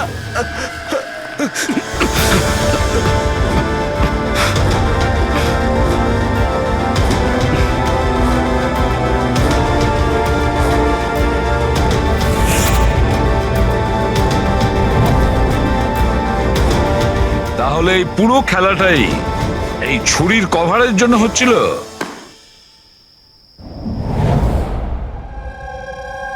ক্লান্ত হয়ে গেছিলাম আমি নিজের জীবন নিয়ে আর আমার এই 50,000 টাকার চাকরি নিয়ে। সমস্ত বড় লোকেদের দেখে রাগে মাথা গরম হতো আমার। রোজই তারা নতুন নতুন জিনিসপত্র কিনত, যেগুলোর ওদের কোনো প্রয়োজনই ছিল না। ওরা দামি দামি জিনিস কিনত আর সেগুলোকে ইউজও করতো না। আর আমার একটা 100 টাকার জিনিস কেনার আগেও 10 বার ভাবতে হতো আমাকে। আমি খুব চেষ্টা করেছি, কিন্তু নিজেকে কন্ট্রোল করতে পারিনি। কি করতাম, লাইফস্টাইলটাই এরকম ছিল আমার। ডিভোর্স হয়ে গেছিল, হাত থেকে বাড়িটা বেরিয়ে যাচ্ছিল, পাওনাদাররা টাকার জন্য পড়েছিল। এত টেনশনে একমাত্র শপিং করেই আমি একটু রিল্যাক্স হতে পারতাম, কিন্তু কিন্তু টাকাই তো ছিল না আমার কাছে। তাই তুমি তাদেরকে লুট করা শুরু করে দিয়েছিলে যারা অনলাইন শপিং করে, তাই তো? শুধু তাই নয়, এর মধ্যে তুমি কুনালকে, নিজের বয়ফ্রেন্ডকেও জড়িয়ে নিয়েছিলে। কুনাল এতদিন পর্যন্ত নিজের খরচের জন্য ওর বাবা মার উপরেই ডিপেন্ড করত, সেই জন্য আমি ওর কাছ থেকে টাকা চাইতে পারতাম না। তাই আমি ওকেও নিজের পার্টনার করে নিই, যাতে ও আমাকে ছেড়ে না চলে যেতে পারে। কিন্তু ওই ছুরিটা তোমাকে ফাঁসিয়ে দিল। ওই ছুরিটা তুমি কিনে তো ফেলেছো, কিন্তু ওর কভারটা কিনতে পারোনি, যেটা 60 লাখ টাকা ছিল। আর সেই টাকা জোগাড় করতে তুমি একের পর এক ডেলিভারি বয়দের খুন করতে শুরু করে দিলে।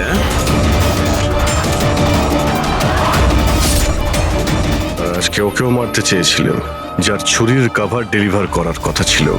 আমরা ভেবেছিলাম যে ছুরি আর তার কভারটা বিক্রি করে যে টাকা পাবো তা দিয়ে একটা নতুন পৃথিবী করব। বিক্রি করে? হ্যাঁ, যেভাবে তুমি একজন পুরুষের ছদ্মবেশে ওই লাফিং বুদ্ধ বিক্রি করতে গেছিলে। তুমি তোমার আওয়াজ কি করে বদলালে যখন তুমি যতীনকে ফোন করেছিলে? ভয়েস মডিউলেটর অ্যাপ দিয়ে। আমার মনে হয়েছিল যে এরকম করলে হয়তো পুলিশ আমাকে সন্দেহ করবে না, জয়ন্ত আর হেমন্তকেই সন্দেহ করবে। আর সেই অ্যাপের ব্যবহার করে তুমি রাজকে এসজে মিলে ডেকেছিলেন কি? বড় লোক হওয়ার খুব শখ না তোমার?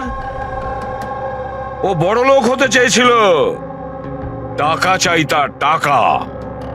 আর সেই জন্য নিরীহ ডেলিভারি বয়দের পেছনে পড়েছিল। একজনকে তো খুনই করে দিয়েছে, একজন তো কোনো রকমে বেঁচে গেছে, আর একজনকে আমরা বাঁচালাম। কি ক্ষতি করেছিল ওরা তোমার? হ্যাঁ বলো, কেন খুন করেছো ওকে? আফসোস হচ্ছে না তোমার কুকর্মের জন্য? আফসোস হচ্ছে, আফসোস হচ্ছে নিজের জীবন নিয়ে।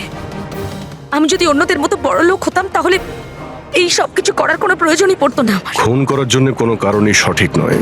আর তুমি যদি টাকার কথাই বলো, তোমার থেকে বেশি প্রয়োজন রাজ আর যতীনের ছিল।